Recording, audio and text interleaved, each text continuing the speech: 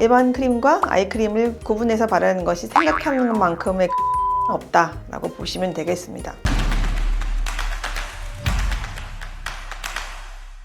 안녕하세요. 피부과 전문의 정지인 원장입니다. 눈가의 피부는 워낙 얇고 피지선이 발달하지 않았다 보니까 피부가 쉽게 건조해지고 또 얇아서 주름이 잘 생기는 부위인데요. 그래서 눈가 주름을 예방하기 위해서 아이크림 많이들 바르실 거예요. 하지만 아이크림 사용에 대해서 의견이 엇갈리다 보니까 이걸 발라야 되냐 말아야 되냐 혼란스러워 하시는 분들이 적지 않습니다. 그래서 오늘은 아이크림의 실제 효과와 어떻게 바르는 것이 좋은지, 그리고 아이크림에 관련해서 많이 궁금해 하시는 부분들을 피부과 전문의들의 입장에서 솔직하게 답변해 드리는 시간을 갖도록 하겠습니다.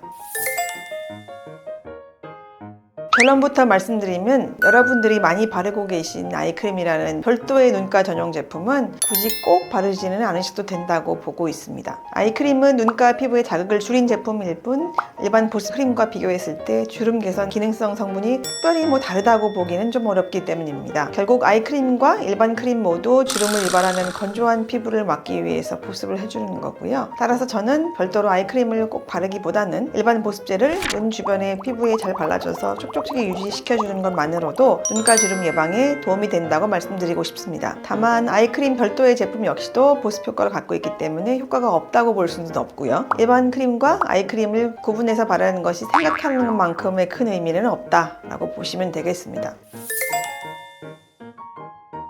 아이크림은 피부 노화가 시작되는 25세 전후로부터 최대한 젊었을 때부터 챙겨 바르기 시작하는 것이 노화 속도를 조금이라도 늦추는 데 도움이 된다고 봅니다. 바르실 때는 피부에 탄력, 섬유가 손상되지 않도록 과하게 문지르지 마시고 가볍게 두드려 바르는 것을 권해드리고, 점막은 피부보다 훨씬 더 자극에 예민하기 때문에 아이크림이 눈에 들어가지 않게 아이라인보다 약간 더 위쪽까지만 바르시는 것이 좋습니다. 이렇게 말씀드리면 그럼 눈 가까운 데에 생기는 주름은 어떡하나요? 하고 하실 텐데요. 보습 성분은 바른 곳보다 약간 떨어진 곳까지 잘 퍼지기 때문에 너무 걱정하지 않으셔도 될 것 같습니다. 또한 아이크림을 비롯한 모든 보습제 는 자주 바를수록 더 좋은데요. 하지만 피부가 미세먼지에 노출됐거나 색조 화장이 되어 있는 위에다 덧바르는 것은 오히려 피부를 오염시키고 잘 흡수되지도 않기 때문에 피하셔야 됩니다.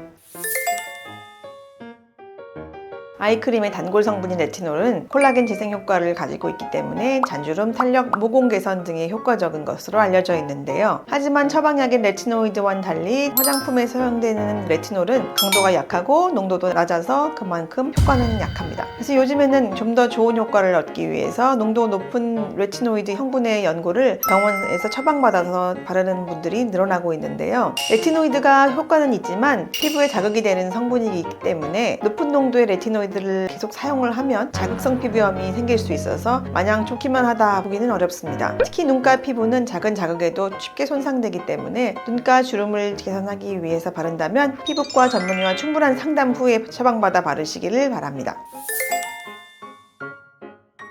아이크림은 기본적으로 일반 보습제와 성분이 크게 다르지 않을 뿐만 아니라 그 중에서도 자극이 되는 성분을 최소화하는 쪽으로 개발된 제품들이라서 과하게 물리적인 힘만 주지 않는다면 대부분 큰 문제는 없습니다. 그리고 간혹 고기능성 아이크림 바르고 비립종이 생기는 경우들이 있는데 이럴 때는 아이크림에 모공을 막는 성분이 들어있지는 않은지 확인해 보시고 유분감이 좀 덜한 것으로 바꾸어 보시기를 권해드립니다. 또 좋은 거니까 많이 바르면 좋겠지 싶어서 한 번에 듬뿍 바르기보다는 소량을 자주 사용하시는 것이 좋습니다. 바셀린은 피부에 유분막을 씌워서 수분 증발을 막아주는 형태의 보습제인데요. 보습해주니까 당연히 효과가 있기는 합니다. 하지만 항노화 효과가 있는 건 아니고요. 효과가 일시적입니다. 유분막이다 보니까 바셀린 바르고 색조 화장은 하기가 어렵고 잘 씻겨지지 않기 때문에 세정력이 좋은 클렌징 제품을 자꾸 사용하게 되고 이중 세안하면서 오히려 예민한 피부에 자극을 줄 수도 있게 되기 때문에 아이크림 대신으로 바셀린을 권해드릴 수는 없습니다.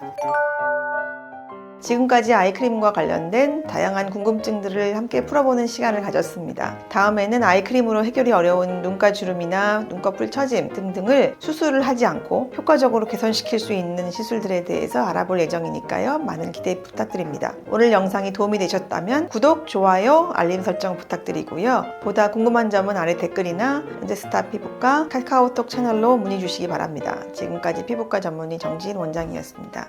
감사합니다.